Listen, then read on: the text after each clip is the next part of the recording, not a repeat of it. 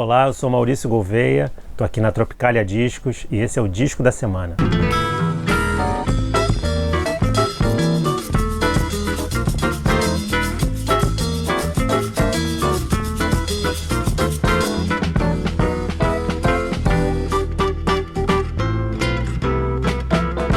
A música brasileira, naquele final dos anos 60, gravitava em torno do Rio de Janeiro, né? O Rio de Janeiro era o grande polo cultural e musical daquela época. Claro, o eixo Rio-São Paulo, né, vamos chamar assim, mas o Rio de Janeiro estavam as sedes das grandes gravadoras.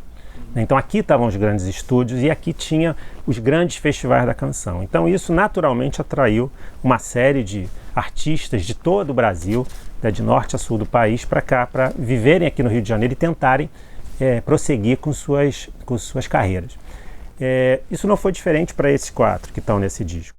Então eles já se encontravam ali naqueles bastidores de festivais, então um tocando no disco do outro, ou no disco não, mas um tocando na música do outro, ajudando aqui e ali, e era natural que eles um dia fizessem alguma coisa juntos. Então eles acabaram criando, não um disco individual para cada um, mas como se chamavam na época, o pau de sebo, né? Vamos lançar um grupo de artistas e vamos ver no que dá, quem é que se destaca. No final das contas, nenhum deles conseguiu a projeção que se imaginava, mas pelo menos em termos de mídia, né? Até porque a gravadora não investiu absolutamente nada nesse disco após o lançamento. Mas o valor artístico desse trabalho é um valor que está aí. E é curioso também, uma coisa que eu falo também muito sobre esse disco, é a unidade musical, a unidade sonora desse trabalho, que você tem ali um pernambucano, você tem um carioca, né, de alma baiana, e você tem dois mineiros, né? E o disco não, assim, apesar de ter faixas de cada um desses compositores, ele não, em nenhum momento ele estabelece fronteiras estéticas ou musicais de qualquer natureza. É um disco que flui naturalmente e, sabe, não só pela participação de um na faixa de outro, e não parece que as faixas são uma colagem de canções a esmo. O Toninho é um gênio, né? Então ele realmente é um músico impressionante, sim, não é impressionante não só tecnicamente, mas é um músico impressionante da abordagem que ele dá na guitarra e no violão. Eu, sinceramente, nunca vi ninguém tendo essa abordagem no instrumento como ele tem. E mais, né, ele buscando sempre uma coisa de subverter a harmonia das coisas que ele estava habituado a ouvir. Então essa coisa de inversão de acorde, de reharmonizar. Então, por exemplo, uma das faixas desse disco, que é O Meu Canário Vizinho Azul, é uma bossa nova.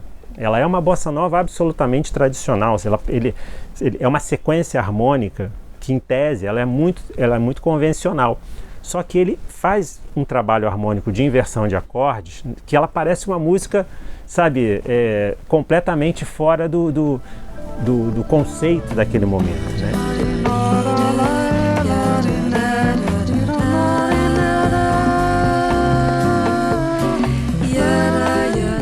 Ponta Negra, que é uma das canções do disco, foi até música que tocou muito em pista de dança na década de 90, na Inglaterra, na Europa, em outras boates da Europa. Então, é uma cadência de samba-canção mais lenta, mas que é meio hipnótica, entendeu? Então ele tem essa característica, e a flauta do Danilo, que é também, da mesma forma que eu falei do violão do Toninho, a flauta do Danilo é a flauta do Danilo, entendeu? Não tem muitos paralelos. Ele também não é, assim, nunca se aventurou a roubos virtuosísticos, mas ele tem uma linguagem, ele tem uma maneira de se expressar na flauta que é única, que é a do Danilo.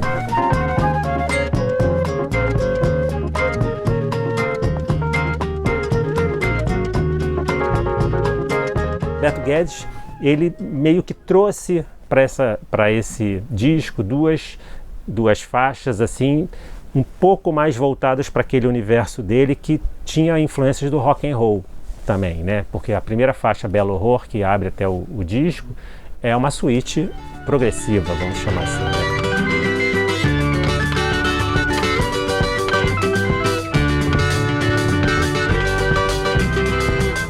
E o Novelli, ele tem 3 faixas. Ele, curiosamente, é o compositor, assim, talvez menos conhecido dos 4 que estão nesse disco, mas é o que tem mais contribuições em termos de canções no disco. Ele tem 3 músicas, enquanto os outros têm 2.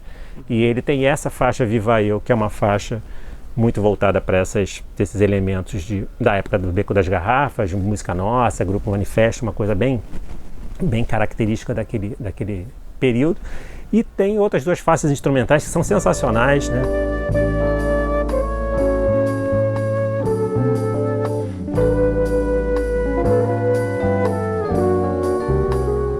Quer dizer, a minha aproximação com todo esse universo, ela tem ela tem um marco muito importante.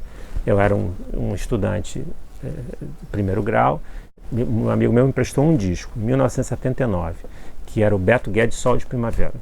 Quando eu ouvi o Sol de Primavera, eu fiquei absolutamente encantado, e aquilo me abriu a cabeça de tal maneira que eu não conseguia, eu falei, quero entender esse negócio. Foi aí que eu começo a dar o passo atrás e ouvir uma série de coisas que até então eu não tinha hábito de ouvir. E esse disco em especial, logo na sequência eu soube que, buscando saber quem era o Toninho Horta, buscando comprar os discos dele que ele já tinha lançado, eu vi que ele tinha lançado esse disco e fui atrás. E acabei achando numa lojinha nos anos 80, em Laranjeiras, consegui achar esse disco e, sendo estudante, não tendo grana, mas enfim, eu coloquei toda a minha mesada ali para poder comprar aquele disco, que foi um dos melhores investimentos aí da minha vida. Ponta Negra, meu farol, rasga a noite, rompe a escuridão, enfrenta o mar.